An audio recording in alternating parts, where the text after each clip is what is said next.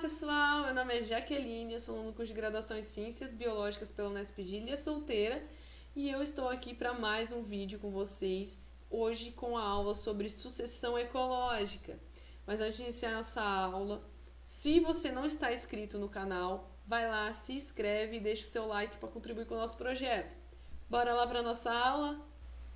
Então, pessoal, na nossa aula de hoje, vamos ver uma breve introdução do tema para que vocês possam entender o que é sucessão ecológica, quais são os fatores de sucessão ecológica e os estágios dessa sucessão ecológica, e quais seriam a influência dos animais dentro dessa sucessão ecológica.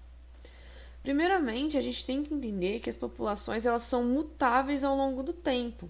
Então, evolutivamente, essas populações vão se adaptando ao ambiente em que elas estão vivendo.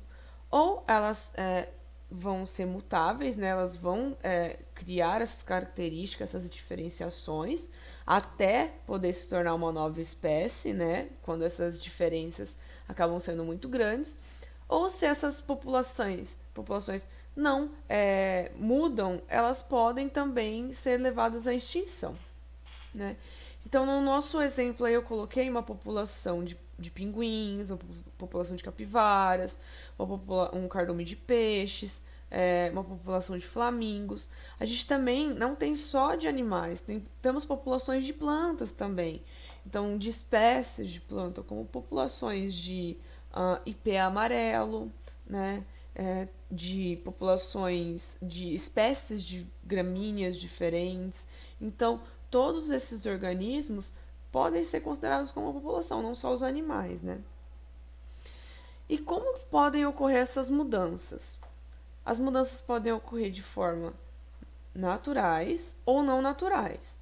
As maneiras naturais que essas mudanças podem ocorrer são através de erupções vulcânicas, de tsunamis, terremotos, tempestades, né, que vão alterar o local onde essa espécie está inserida, né, essa população está inserida ali, e essa alteração pode levar a mudanças nessa população. Ou, dependendo da intensidade dessas mudanças, levarem até a extinção. Então, por exemplo, uma população que vive perto de um vulcão, ela pode sofrer alterações quando esse vulcão entra em erupção.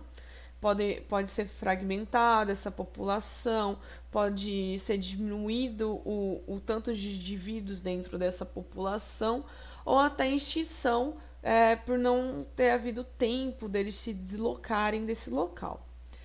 E quais seriam as mudanças não naturais? São as ocasionadas pelo ser humano.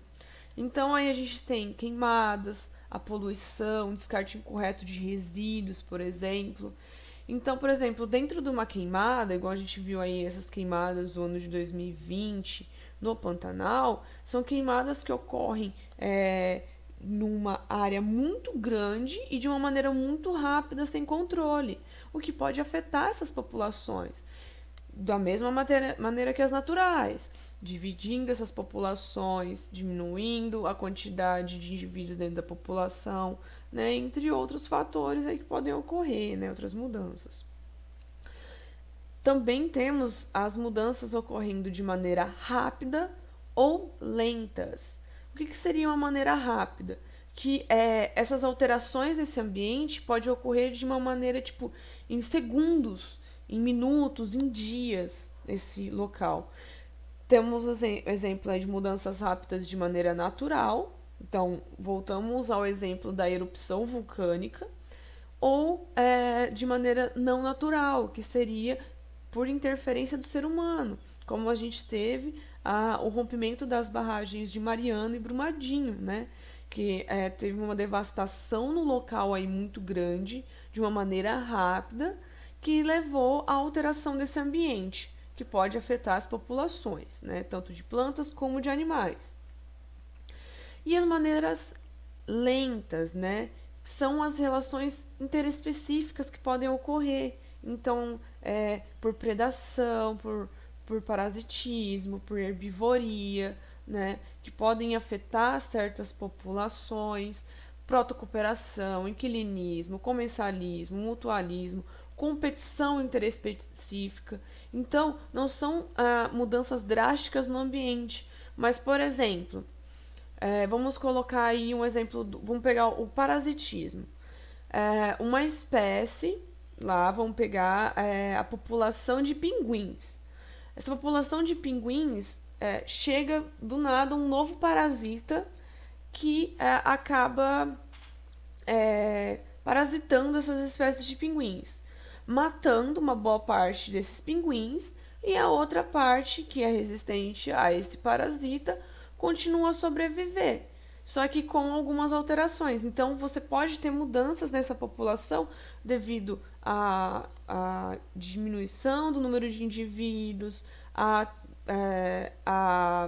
características que podem ser ressaltadas durante esses milhares de anos aí que leva a acontecer essas mudanças, né?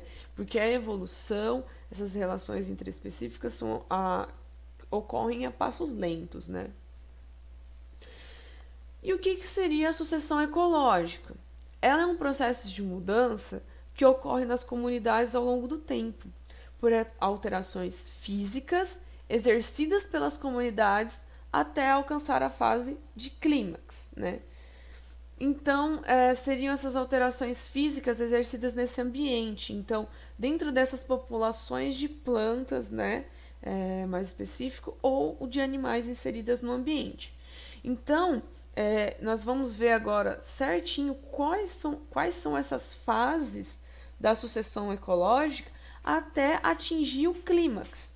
O clímax seria a fase onde não haveria mais sucessão ecológica, que aquele local chegou no ápice, né?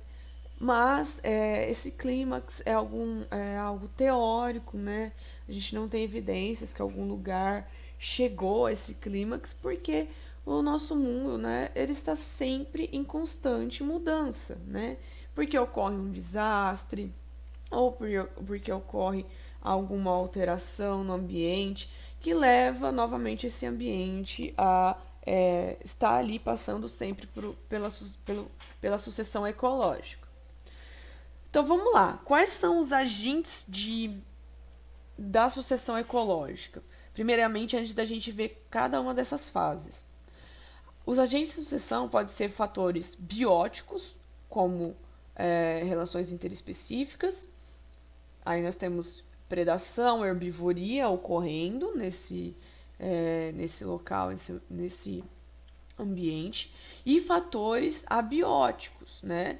Então, incidência de sol, locais que são frios, o solo, o vento, né? São fatores que podem alterar essa sucessão, que podem ser agentes dessa sucessão, que podem acelerar, esses agentes podem cooperar para a sucessão ecológica, como da mesma forma eles podem desacelerar o processo de sucessão ecológica, né? Então, voltando aqui, ó, a sucessão ecológica ela é um processo de mudança que ocorre na comunidade ao longo do tempo, por alterações físicas exercidas pelas comunidades. Então, quais são esses fatores que podem levar a essas alterações? Nós temos os fatores abióticos, que são os fatores físicos aí agindo, né? E os fatores bióticos agindo sobre essas comunidades. E quais a influência desses agentes sobre as comunidades? Quanto maior a intensidade e a frequência daqueles agentes que eu disse ali anteriormente, as comunidades não conseguem se formar, né? Então, vamos pegar um exemplo para isso ficar visível. As comunidades que vivem perto de um vulcão. Ali a gente tem uma intensidade e uma frequência de agentes ocorrendo em grande quantidade. Então, de calor, de tremor ali que pode ocorrer, né, de abalo sísmico pela erupção do vulcão. Temos lava, temos uma área muito rochosa, que tem uma intensidade e uma frequência desses fatores, né, muito grande. Então não é só ocorrer a erupção, mas essa erupção está ali, esse vulcão ativo e frequente. Então as comunidades não conseguem se estabelecer nesse local. que aí a gente está vendo aí, é um local rochoso. Às vezes a gente já vê em alguns lugares que tem alguns organismos que conseguem sobreviver, como cianobactérias, né? Algumas bactérias que podem conseguir sobreviver nesses locais quentes, né? Algumas bactérias. Já quando a intensidade e a frequência desses agentes é menor, as populações conseguem as comunidades, né, conseguem se estabelecer com uma maior facilidade. Como um exemplo que eu coloquei aí, um lago, né?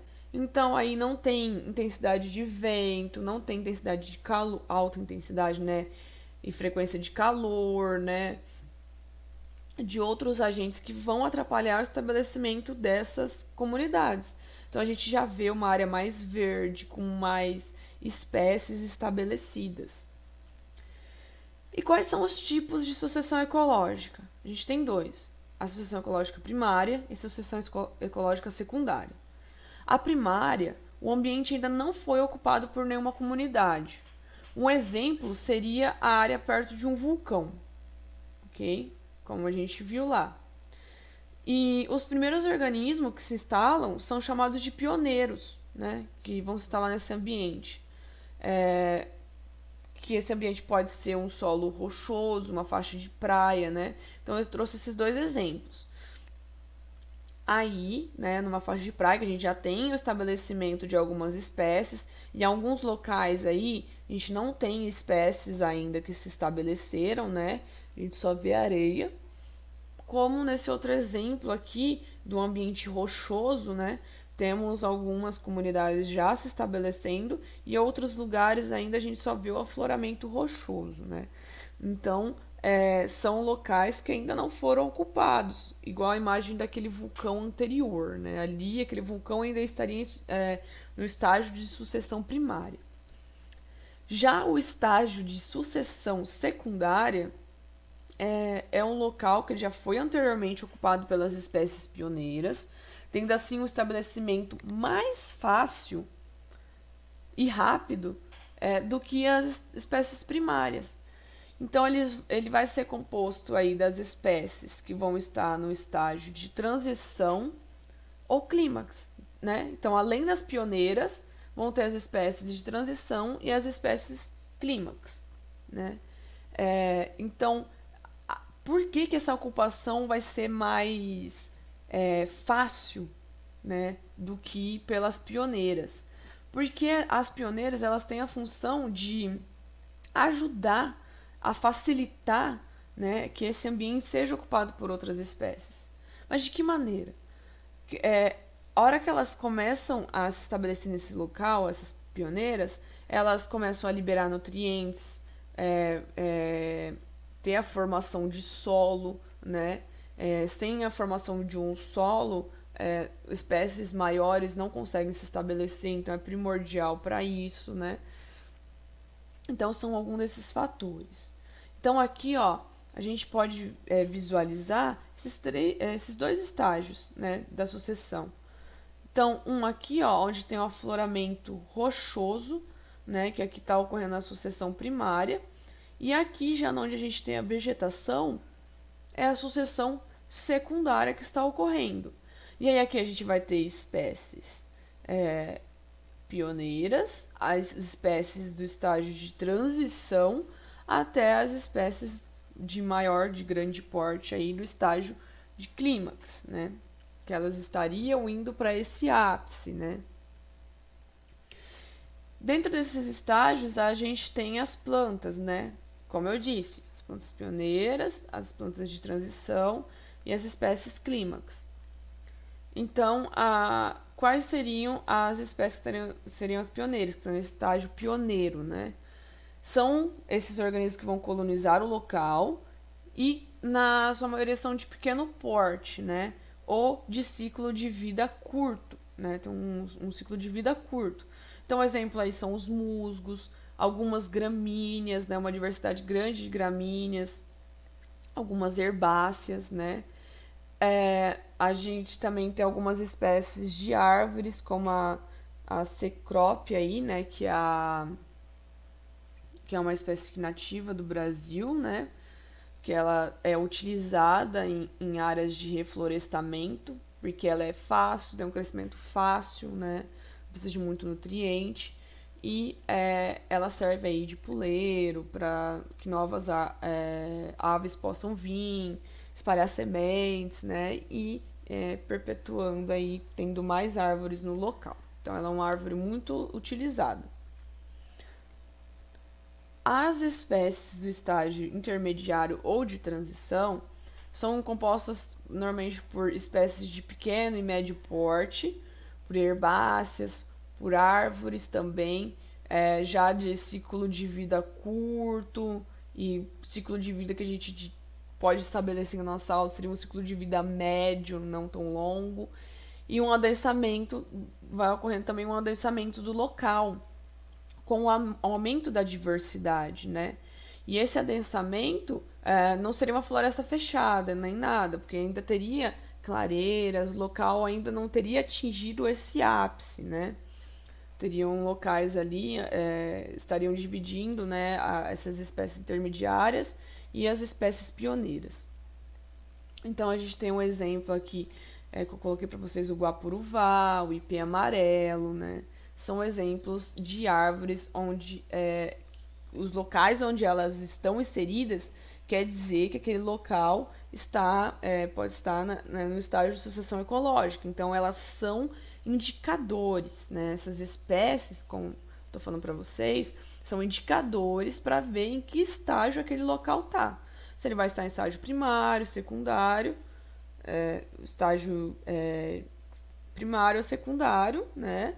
Ou se elas vão estar ali, se vão ser espécies pioneiras, se elas vão ser espécies intermediárias ou espécies clímax, né? Um ponto a se ressaltar, por exemplo, não é porque a gente tem um ipê amarelo na cidade que ali, naquele local na cidade, vai estar ocorrendo o estágio de sucessão ecológica.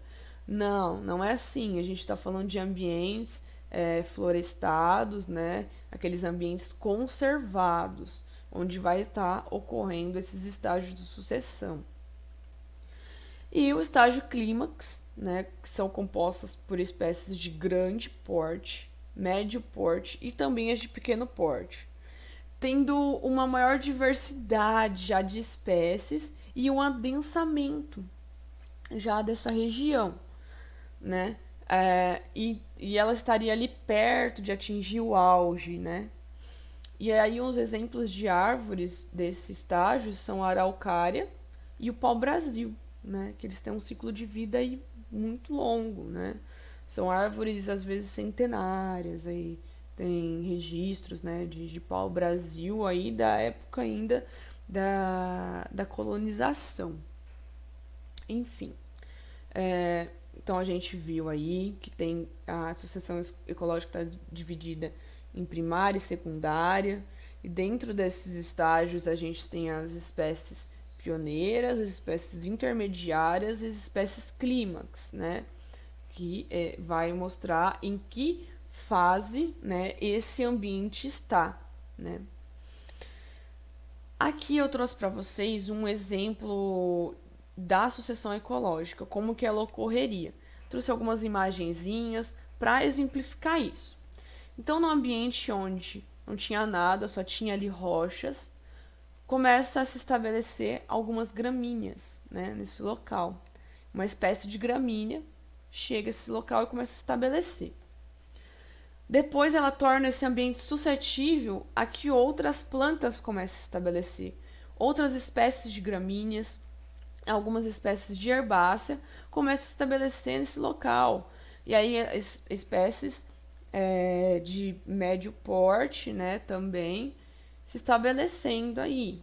Então, várias. E juntamente com essas espécies, né, de gramíneas, de arbustos, né, também são atraídos alguns animaizinhos, alguns insetos para esse local. E aí, dentro desse estágio de sucessão ecológica, a gente já tem alguns agentes agindo, algumas relações específicas agindo aí. Por exemplo, os insetos de herbivoria, né, ocorrendo aí nesse local. Então, vários insetinhos aí, né, no exemplo, eu só coloquei 2, mas seriam mais insetinhos aí aparecendo. E aí essa região estaria no estágio pioneiro ainda. E aí começa a se estabelecer algumas árvores, começam a chegar nesse local de um porte maior, né? Então esse local começa a passar pro abelhinhas também, começa a passar para o estágio intermediário das espécies de transição, né? Então aí a gente tem as gramíneas, as herbáceas, todas aí junto com as árvores, né? Então a gente tem árvores aí de pequeno, grande porte, só que com um ciclo de vida curto, algumas com ciclo de vida mais longo, né, se estabelecendo nessa área.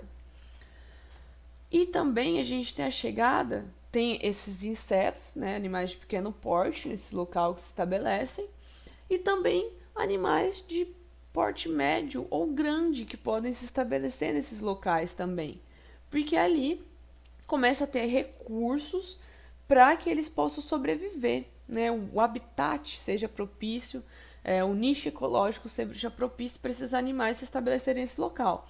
Se você quer saber mais um pouco sobre habitats, nicho ecológico, como que funciona, vai lá, acessa a nossa aula aí sobre nicho ecológico e habitats, tá legal, galera?